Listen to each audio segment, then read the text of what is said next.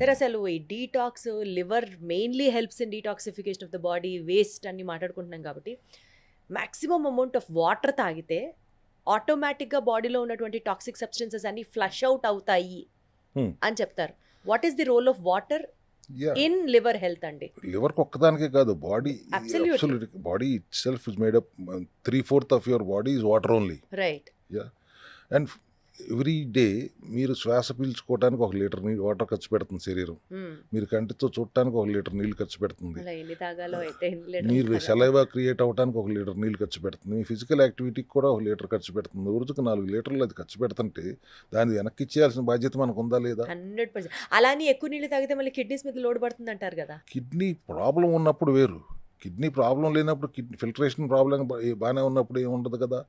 When there is a kidney ఇష్యూలో creatinine ఎక్కువ ఉండో లేదా క్రానిక్ కిడ్నీ డిసీజ్ వచ్చినప్పుడు అది definitely we can't give that much of water load. Right. But general overall kidney issue కాకుండా ఉంటే మాత్రం you have to give at least 4 litres of water. ఎవరు తాగుతున్నారు ఇవాళ? లేడీస్ అసలు తాగరు. మీరు బయటకు వెళ్తుంటే ఆ తాగే లీటర్ కూడా తాగరు, వాష్రూమ్ ఉంటుందో లేదో అని భయంతో. అందుకనే we came up with the concept of cluster water. Cluster water is an American technology which we have owned from for Indian మార్కెట్కి. 20 మనం తాగే normal water is empty water, clean empty water. దాంట్లో ఏమీ మినరల్స్ లేవు, TDS లేదు, pH levels లేవు. అటువంటి దాన్ని 4 లీటర్లు 5 లీటర్లు తాగినా కూడా రాని హైడ్రేషను. Cluster water is being broken down to 5 or 6 molecules in hexagonal shape, cell షేప్లో బ్రేక్ డౌన్ అయ్యేలాగా దీన్ని డిజైన్ చేశారు. That is FDA approved and 4 patents కూడా వచ్చింది దానికి. So we have taken the marketing rights for the entire country. And important charm of it is it can penetrate in to the cell. Hexagonal షేప్లో ఉండి cell రిసెప్టర్స్ని దాటుకుని లోపలికి వెళ్ళి it can carry the nutrients and flush out the toxins in the cell. ఆ capacity ఉంది. And more hydrated, 3x hydration ఉంటుంది. మీరు 1 litre తాగితే 3 నుంచి 3.5 లీటర్లు నీళ్ళు తాగినట్లు అర్థమా? అంతే. ఎస్పెషల్లీ బయటకు వచ్చి వర్క్ చేసే విమెన్ కి ఇది చాలా హెల్ప్ఫుల్ ఏమో సార్.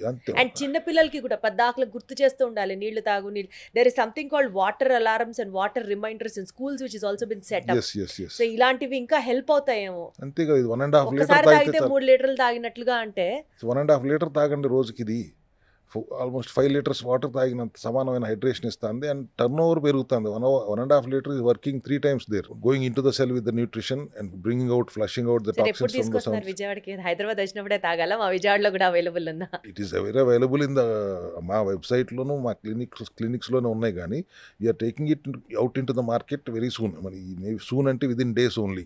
ముందు మీకైతే ఒక కార్టన్ పంపిస్తాను, వాడి తాగి చూడండి, మీ ఫీడ్బ్యాక్ ఇవ్వండి. 100% హైడ్రేటెడ్గా ఉండటంతో పాటు నిమ్మకాయలు పడితే 2-3 నిమ్మకాయలు రోజు వాడుకోవటం కూడా మంచిది. కొంతమంది పడదు అంటారు కాబట్టి దానికి రీప్లేస్మెంట్గా నేను C విటమిన్ సప్లిమెంటేషన్ ఇస్తాను. ఈ విధంగా ఇన్ని సప్లిమెంటేషన్ స్ట్రెంగ్త్తో, న్యూట్రిషనల్ కరెక్షన్స్తో, లైఫ్ స్టైల్లో చేంజెస్ సబ్మిట్ చేస్తూ కూడా we can come out of any problem అనేది చాలా ఈజీలీ అనేది వాళ్ళ సెల్ హెల్త్లో మనం 6 సంవత్సరాలుగా ప్రూవ్ అవుతూనే వచ్చింది. లివర్ ప్రాబ్లం అనేది ఒకటి మనం సీరియస్గా ఎందుకు చెప్తున్నాం అంటే, ఇన్స్టెడ్ ఆఫ్ ఓవర్ బర్డెనింగ్, మనం చేసే పనుల్లో ఎంత చెత్త తింటున్నాము, ఎంత గడ్డి తింటున్నాము, what is that your eating, processed food, junk food, ఇట్లా ఆర్డర్ పెడితే ఇంటికి వచ్చేస్తున్నాయి, mid night eating, late night eating, 3 PM బిర్యానీలు, ఇవన్నీ వేసి మీరు లివర్ మీద లోడ్ వేసి ఏం పర్లేదు అది తిప్పేసుకుంటుందిలే, just that it is not complaining, it's not complaining అని తిప్పేసుకుంటుందని మీరు అట్లా వెళ్ళిపోతే ఒక స్టేజ్కి వచ్చిన తర్వాత అది చేతులు ఎత్తేస్తుంది, నా వల్ల కాదు అని. డీటాక్స్ చేస్తూ వెళ్తుంది,